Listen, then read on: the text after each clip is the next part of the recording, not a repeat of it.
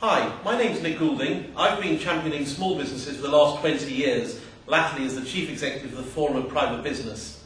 I'm here today with Mark Layder, who's the author of The Simple Plan, to put a few questions to him as to what that involves. Mark, are you set for the interview today? Well, I'm set for it, but knowing you, you're going to throw a few boulders and pebbles in there, so we'll see how we go. But I'll counterbalance that with, I've got a special bonus that is linked to the seminar we're planning for the 3rd of September, so I'll deal with your questions with my bonus. Well, gosh, a special bonus sounds just like the thing we want, so we'll look forward to that, won't we? So, Mark, we've both been about this small business world for more years than we care to remember, and life is never easy, but just at the moment things seem particularly tough. What's your take on it?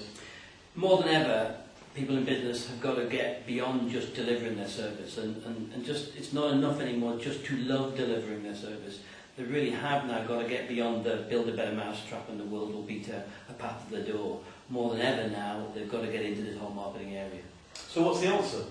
Well, ultimately the answer is, pretty much if you're going to be in business today, you have got to find a way, whether it's you personally or through support mechanisms, you've got to be able to be good at marketing as well as delivering your product or service. So how is the coach or the consultant going to think or change their thinking about this selling thing?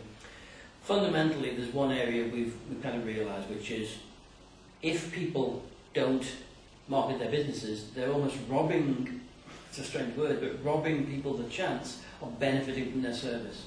So once they do that, then actually more people can start to benefit from whatever it is the coach or the therapist wants to put out there to the world at large. So how does the Simple Plan help them with this? Well, we've found over the years that people go and get trained in their disciplines, whatever they are, and they haven't got a marketing system. So what we've done with the Simple Plan, and it's deliberately one of those titles, it does what it says on the tin, as it were, it's a simple plan. We took all the things that we've done over the years and put them into a very, very systematic, anybody can do it with their own personality added to it, to come up with literally, as it says on the tin, a simple plan for which they can develop their businesses. Anybody can do it. So we've known each other for quite some time now. How is it that it's only now that you've brought out the Simple Plan? Well, in a way, we kind of taught the stuff for many years, but it wasn't until I realised that, I think when I came back from the States, and I started to interview and meet some of these new kind of life coaches and people out there, that when I'd asked them to define their product, they didn't have one. They'd say things like, well, it's me, meaning themselves.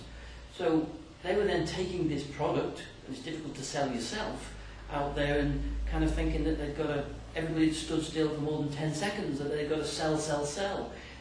It wasn't until I connected that up with the years of different businesses I've been involved in, that when we stopped the selling, when we just started to build a relationship with people, follow them up, and then even our basic days of little freebies that we used even in the 80s, it's not until that clicked then I realised, wow, there was a huge problem and we needed to now offer this properly to independent coaches, therapists, practitioners all over the UK. But how does that work? I mean, as you and I know, you've got to get to the customers because otherwise they're not going to be able to buy. No, and that's part of the key to it, is that you can walk up to somebody in your networking group, which is a very common way of sort of meeting people today, and attempt to make them a prospect or a buyer for your product or service. The reality of it is they're probably not in the market for what you've got today. Like they're not in the market for buying a car, probably today. But what you can do is give them a little free report or suggest they go to your website to get some kind of a connection with what you do. If you do that 10 times, 20 times, 50 times, they then start referring you to people that might be more interested in what you do. And very quickly, 3 months down the line, you can have 400 or 500 people on a little database that at least are willing and open to what you do, and through just the process of staying in contact, they then do start to become customers. By almost fluke, there's always the odd little customer along the way, but it's really building that permission list, as we call it, is the major asset of your business. It's that focus that stops the selling and gets us far more into, let's build a customer list of people willing to at least have the conversation and are interested in what you do. So how does this stop selling thing work? I mean, as you and I know, you've got to attract customers if they're going to buy. Absolutely. The fundamental, the little psychological quirk, if you like, is what we started to call SIB, or self-imposed buying. And we've all had situations where we felt someone was sort of pressurising us to buy something. What we realised that the more we were able to make contact with people, whether it's giving free things away or just being able to leave them with a positive connection on your product or service, that then means that they can self-impose the decision, that they can be in charge by feeling like a buyer, not that they're being pitched and sold to. So that's the fundamental. The whole self-imposed buying bit is the key, not mind trick, but switch of people's minds, so that they feel in control of the process, that they're not being sold to. Well, that sounds all well and good, but could you get a bit more practical about it? I mean, if you're up to this, could you give us away some of the secrets you're going to be revealing in the 3rd of September seminar?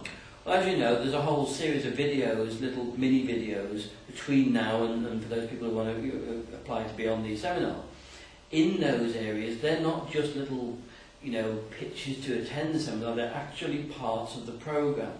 The reason that we're doing that is one of the things that we teach on the Simple Plan, where people then we're giving away some of the little golden nuggets that are in the programme. Through building to that, then they're going to still want to, be able to come and get more on the programme itself.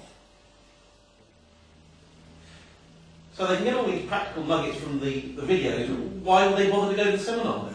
Well, that's kind of because we'll do a lot more obviously on the seminar itself. But it's an example of the Simple Plan in practice, that we are totally practicing what we preach. If we're giving things away that people are getting their little aha moments, even before they've spent any money directly with us in that way or attended the seminar, they've already got value. That's one of the principles that we will considerably expand on, so that they can come away from the seminar and be able to use it directly in their business. Okay, I think I'm beginning to get this.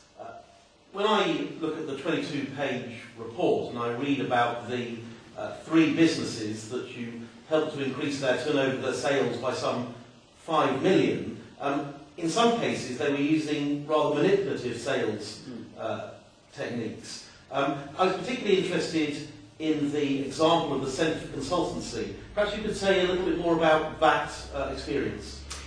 When I joined the Centre for Consultancy and what also became the Centre for Achievement, the coaching arm that I particularly ran, that if I picked up the phone, as we did in those days, and said, "Hello, I'm a coach," well, it's 1991, nobody had ever heard of a coach.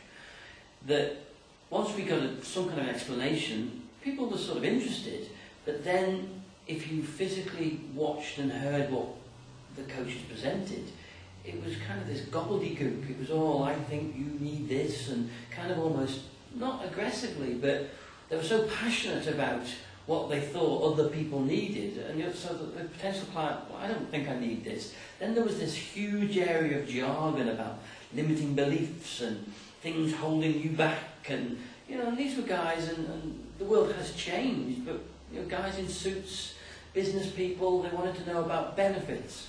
The major change in the process was to ask more questions for a start, and to find how something like coaching, which we had to define, was how do you get the person hearing the word "you", that "what's in it for me" channel. Once we started to find benefits for you, and that the most fundamental change we made was to take a questionnaire in when we met the potential clients. They could go through it, score it out of 10 and this, that and the other. We then would use it as the basis of a little 15, 20-minute coaching session. By letting the client or potential client experience the benefits of the process, then they could do the aha. "Oh, okay, that's what coaching is." Either they could then go, "Yeah, I could benefit from that directly," or they might not buy today, but they became one of those people that would introduce us to people, and one of those 100, 200, 500 people that were willing and open to hear more about what you did. So that was the major change. It was changing this "I think you need" language, and me, and I into "how would you benefit from this?" That was the fundamental. The fundamental tool was then the little questionnaire that let the customer experience the process for themselves. They were the major changes. I can really see the benefit of all of that. Tell me about the actual seminar itself, looking forward to that. How many places are there? How do we go about it? Well, the booking itself, the seminar's on the September 3rd, as people probably know now as they come through the process. What we decided to do is that the actual opening or the booking page won't be open until the 26th, so people can experience some of the benefits that we've been talking about, the little video pieces through the process, and sample bits of the simple plan. We've limited it to 20 people because this is the first time we've packaged it all together in this way.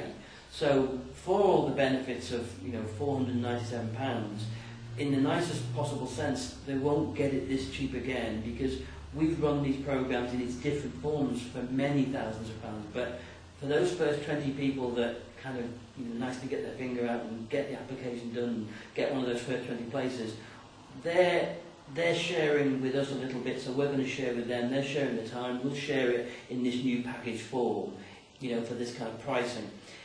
What I've decided to add, as I mentioned, there was a little bonus in this, and it's in Birmingham, so it's a nice central location for people, is that we're going to offer, even on this kind of program, which, as I say, normally we offer year-long programs, but in this kind of packaging, we've even attached to this an 8-week follow-up program, so people can get some specific things from me. There's going to be some kind of conference call things that really help them tailor-make what they go and get started with. And also remember, when people read through the 22-page report, there is an amazing guarantee on this process, because we're kind of all sharing the risk together. We know the plan works, so we're looking for this group of people to pitch in before we then launch later in the year. So that really is a bonus worth having. I think we've done our time now. It's really a question of thanking Mark for his time and looking forward to that seminar on the 3rd of September. Thank you, Nick.